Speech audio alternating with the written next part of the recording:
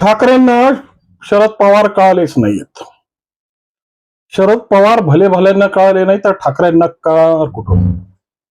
कारण ज्या पद्धतीनं शरद पवारांनी ठाकरेंच्या कोपऱ्याला मुख्यमंत्री पदाचा गुळ लावला आणि बाळासाहेबांनी इतके दिवस केलेली तपस्या आणि एवढ्या दिवस अहोरात्र केलेले काबाड कष्ट काही वर्षातच भुईसपाट केले. ज्या पद्धतीने ह्या गुगलीमध्ये ठाकरे अडकले आणि या ठाकरेंच्या या अडकलेल्या गुगलीची आता आग पाखड करून काय उपयोग? कारण की ज्या पद्धतीनं शरद पवारांनी एकनाथ शिंदेच्या दालनामध्ये जाऊन एकनाथ शिंदेची जी भेट घेतली आणि 15 मिनिटं त्या सीमावादावर ज्या चर्चा झाल्या त्यानंतर जी काही वावड्या उठल्या आणि खऱ्या अर्थानं जो भोपू म्हणजे संजय राऊत ज्या पद्धतीने आग पाखड करायला लागलेत त्यामुळं आज खऱ्या अर्थानं म्हणता येईल की शरद पवार हे ठाकरेंना कधी कळालेलेच नाहीयेत. त्यामुळं आजच्या राजकारणाच्या समीकरणामध्ये आणि ज्या पद्धतीच्या परिस्थितीमध्ये पवारांची भूमिका आणि पवार नेमके कसे आहेत आणि पवारांनी ज्या पद्धतीच्या गुगल्या टाकून या उद्धव ठाकरेंच्या ज्या कोंडी केल्यात आणि ज्या पद्धतीने उद्धव ठाकरेंना आज परिस्थिती भोगण्याची वेळ आली आहे त्याला खऱ्या अर्थानं पवार कसे कारणीभूत आहेत याच्या संदर्भात चर्चा करण्यासाठी याचं विश्लेषण करण्यासाठी आज मी तुमच्या समोर आहे. नमस्कार मित्रांनो, मंथन मध्ये आपलं स्वागत आहे. म्हणतात ना, वेळ निघून गेली की काळही बदलतो. त्याच पद्धतीने उद्धव ठाकरेंची वेळ निघून गेली. आज उद्धव ठाकरे ज्या पद्धतीने एकटे पडलेत, न महाविकास आघाडीचा भाग आहे न कोणत्या आपल्या स्वतःच्या पक्षाच्या संदर्भातून ज्या अवस्था आणि ज्या परिस्थित्या आज त्याच्या महाराष्ट्राच्या राजकारणात झाल्यात ना, ते पाहून कुणीही म्हणेल की आज उद्धव ठाकरेंनी कमवलं काय. जे काबाड कष्ट करून सामाजिक परिस्थिती जोडून आणि ज्या पद्धतीने महाराष्ट्राचा श्वास बनून बाळासाहेबांनी शिवसेना वाढवली, बाळासाहेबांनी जे अथक प्रयत्नाने एक एक शाखा प्रमुख गोळा केला आणि त्या शाखा प्रमुखाला ज्या पद्धतीने या राजकारणाच्या सक्रिय भूमिकेत आणून खऱ्या अर्थानं वजीर बनवण्याचं काम केलं. वजीर याच्यासाठी म्हणतोय की आज ज्या पद्धतीने एकनाथराव शिंदे काम करतायत आणि एकनाथराव शिंदेनी घेतलेली भूमिका खऱ्या अर्थानं वजीराचीच आहे. बाळासाहेबांचा आवाज आणि बाळासाहेबांचा विचार जिवंत राहावा यासाठी ठाकरेंनी केलेल्या कारवाया शेवटी फोल ठरवत त्यांनी स्वतःची चूल वेगळी मांडून खऱ्या शिवसैनिकांची जी एक मोठ बांधली त्याच श्रेय एकनाथराव शिंदेना दिल्याशिवाय पर्याय राहणार नाही. कारण की आज ज्या पद्धतीच्या या अवस्था आणि ज्या पद्धतीच्या परिस्थित्या या महाराष्ट्राच्या राजकारणात तयार झाल्यात ना, त्यामुळे आज एकनाथराव शिंदे हे पूर्णपणे वजीराच्या भूमिकेत आहेत. आणि हे वजीर ज्या पद्धतीने सामाजिक परिस्थितीमध्ये आणि राजकीय परिस्थितीमध्ये आपली परिघ रुंदावतायत, ज्या पद्धतीने परिस्थिती मांडतायत आणि या परिस्थिती मांडत असताना ज्या पद्धतीने सीमावादाची चर्चा पवारांना एकनाथरावांच्या सोबत करण्याची इच्छा झाली आणि एकनाथरावांच्या भेटीसाठी पवार स्वतः एकनाथराव शिंदेच्या दालनात गेले, तिथून खऱ्या अर्थानं आग पाखड झाली. आजपर्यंत मिंदे गद्दार अशा पद्धतीच्या भूमिका मांडणारे उद्धव ठाकरेच्या सैनिक आणि उद्धव ठाकरे आता खऱ्या अर्थानं आग पाखडीला कारणीभूत ठरले. कारण की ज्या पद्धतीने या महाराष्ट्राच्या राजकारणामध्ये जी भूमिका मांडली गेली आणि ज्या भूमिकेत खऱ्या अर्थानं उद्धव ठाकरेंसमोर टाकलेला डाव, उद्धव ठाकरे हे स्वतः ज्या पद्धतीने याचा मोहरा झाले ना, ती खऱ्या अर्थानं दयनीय अवस्था. कारण की 2019 मध्ये ज्या पद्धतीनं उद्धव ठाकरेंसमोर मुख्यमंत्र्याची जी एक भूमिका ठेवण्यात आली, मुख्यमंत्र्याचा दाना टाकून ज्या पद्धतीनं भाजपचं पूर्णपणे वस्त्रहरण करण्यासाठी पवारांनी खेळलेली खेळी आजही खऱ्या अर्थानं राजकीय परिस्थितीमध्ये खूप मोठी संकेत देत आहेत. आणि या संकेतामुळं खऱ्या अर्थानं पवार कधी काय करून निघतील याची भूमिकाच कोणाला कळाली नाही. त्यामुळेच कदाचित त्यांना तेल लावलेला पैलवान असंच म्हणण्याची जी भूमिका आहे ती सार्थ ठरते. आज वास्तविक स्वरूपात पवारांनी ज्या काही भूमिका आणि ज्या काही परिस्थिती या महाराष्ट्राच्या राजकारणात आणून ठेवल्या ना, त्यामुळं अनेक गणित आणि अनेक भूमिका वेगवेगळ्या पद्धतीने मांडल्या जातात.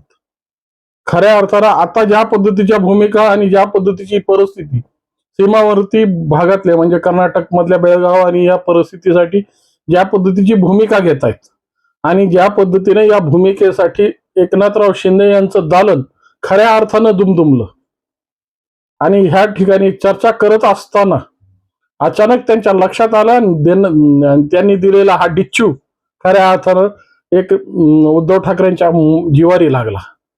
कारण की ज्या पद्धतीने या बैठका एकनाथराव शिंदेच्या दालनात झाल्या आणि राष्ट्रवादीच्या आमदारांची बैठक याच दालनात पार पडली. यामुळं खऱ्या अर्थानं सामाजिक परिस्थिती बदलू शकते आणि राजकारणातले भूमिका कशा वारंवार बदलत राहतात. एकीकडे तर पवार आता एनडीएच्या मार्गस्थ आहेत अशीही बातम्या कळत आहेत, तर दुसरीकडे सुप्रिया सुळे आणि रोहित पवार ज्या पद्धतीने वेगवेगळ्या भूमिका मांडून या एनडीए मध्ये जाताना कशा पद्धतीने कवायती होणार आहेत हाही एक स्ट्रॅटेजीचा भाग असू शकतो. त्यामुळे या सगळ्या भूमिका जरी वेगवेगळ्या परिस्थितीत मांडल्या जात असतील तरी आज ज्या पद्धतीची दयनीय अवस्था उद्धव ठाकरे आणि त्यांच्या संजय राऊतांची झालेली आहे. आज संजय राऊतांनी कितीही आगपाखड केली, कितीही मीडियामध्ये ट्रोलिंग करण्याचा प्रयत्न केला किंवा या सगळ्या विषयाला कितीही बांधण्याचा प्रयत्न केला ना तरी काही उपयोग नाहीये.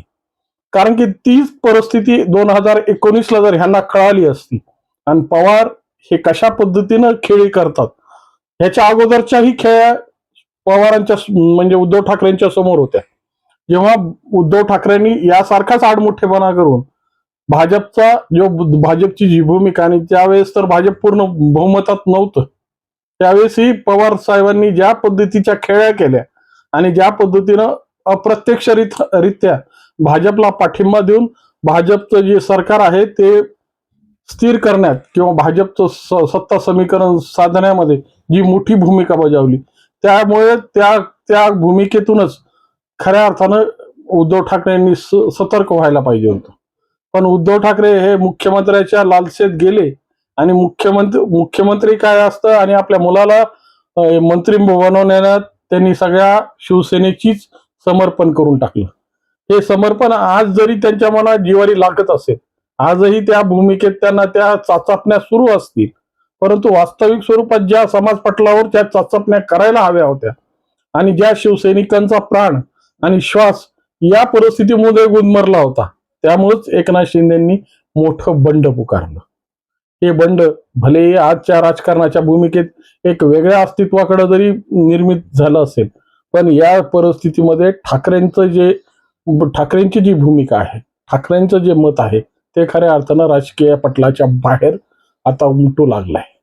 या राजकीय गणिताच्या बाहेरची भूमिका आता ठाकरेंना पाहावी लागते की काय, अशीच परिस्थिती झाली. आणि ही बेळगावची जी चर्चा, सीमा प्रांतांची या भागातल्या लोकांची जी चर्चा त्यांच्या जिवारी लागून ज्या पद्धतीच्या केविलवाण्या स्वरामध्ये आज ठाकरे आणि ठाकरे सेना ज्या पद्धतीची गाजावाजा करतायत किंवा ज्या पद्धतीने आगपाखड करतायत, आता ती आगपाखड करण्याची वेळ आहे का? कारण की ही परिस्थिती हाताबाहेर गेलेली आहे आणि ज्या परिस्थितीत जो कोणी या राजकारणातला वजीर असेल तोच खऱ्या अर्थानं मुद्द्या आणि चर्चेसाठी सक्रिय ठरतो. आता त्या पद्धतीची भूमिका उद्धव ठाकरेंची राहिलेली नाहीये. कारण की 6 खासदार फुटल्यानंतर आणि ज्या पद्धतीने आमदारांनी आणि सचिन अहिरांनी एक वेगळा स्वर मांडायला सुरुवात केली, आज सचिन अहिर ज्या पद्धतीने या कचाट्यातून निसटले, त्यानंतर उद्धवांच्या हातात काय राहिलं? न सेना राहिली, न विचार राहिला फक्त तो नावाचा एक आविर्भाव जो ठाकरे या नावाचा आहे.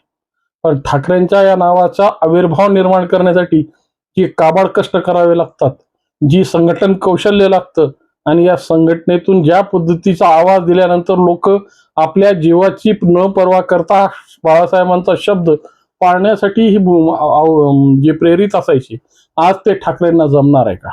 असे अनेक प्रश्न आता पटलावर उमटू लागलेत. आणि ज्या पद्धतीनं शरद पवारांनी शिंदेसोबत ज्या बैठका केल्या, त्या बैठका खऱ्या अर्थानं या गोष्टीला आत्मविश्लेषण करण्याची वेळ येईल का?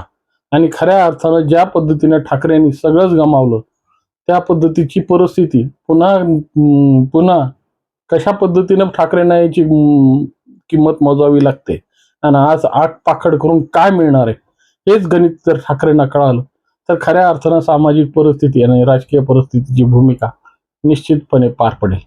पण शेवटी म्हणतात ना, विझणारा दिवा ज्या पद्धतीने फडफडतो आणि ज्या पद्धतीने राजकीय भूमिका ही संपलेल्या अवस्थेत दिसते, तेव्हाच खऱ्या अर्थानं अशी आगपाखड सुरू होते. त्यामुळे आता संजय राऊतांनी कितीही आगपाखड केली आणि संजय राऊतांनी कितीही भूमिका मांडण्याचा प्रयत्न केला, तरी या संघटनेतला जो प्राण आहे, जो एक स्वर आहे, जो एक मूळ स्वरूप आहे, ते आता बाजूला गेलेलं आहे.